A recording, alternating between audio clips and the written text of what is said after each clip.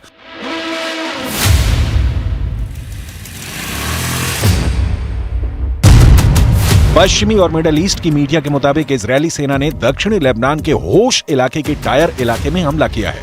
दावों के मुताबिक सटीक और खुफिया सूचना के आधार पर इजरायली सेना ने अपने ड्रोन में लगी मिसाइलों से सटीक हमला किया है, जिसमें हिजबुल्लाह का top commander Mohammed Nimah Nasir मौके पर ही मारा गया है।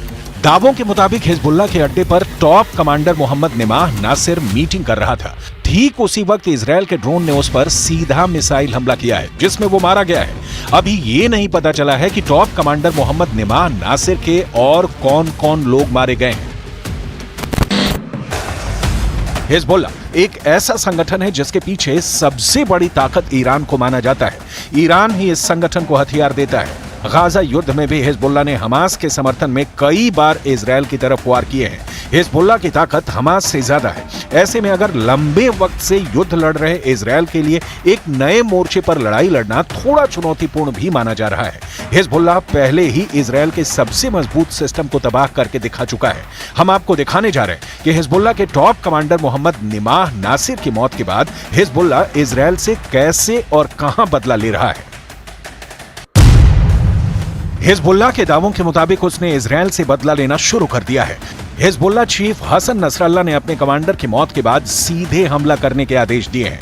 लगभग 10 दिन में हिजबुल्लाह ने उत्तरी इजरायल पर 300 से ज्यादा कत्यूशा रॉकेट दागे हैं। हिजबुल्लाह के कत्यूशा रॉकेट लंबी दूरी तक इजरायल के अंदर मार कर रहे हैं। उत्तरी इजरायल में जहां भी इजरायली सेना के अड्डे थे, वहां सभी जगह पर हिजबुल्लाह ने कत्यूशा रॉकेट से हमले किए हैं।